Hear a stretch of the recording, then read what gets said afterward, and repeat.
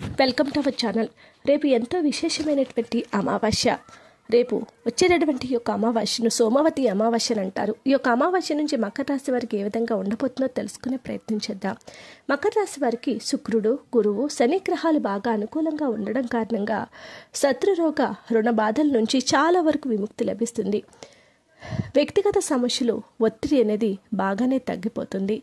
కుటుంబ సభ్యులు చాలా వరకు కూడా కుటుంబ సమస్యలు ఏవైతే ఉన్నాయో తగ్గుముఖం పడతాయి.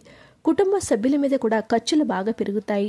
ముఖ్యమైనటువంటి వ్యవహారాల్లో జీవిత భాగస్వామిని సంప్రదించడం అనేది చాలా మంచిది.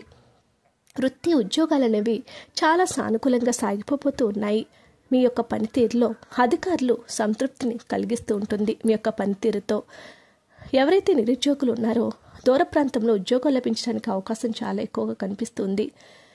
పెళ్లి ప్రయత్నాలు చేస్తున్నటువంటి వ్యక్తులు శుభవార్తలు వింటారు. సానుకూల ప్రయత్నాలు లభించబోతూ ఉన్నాయి.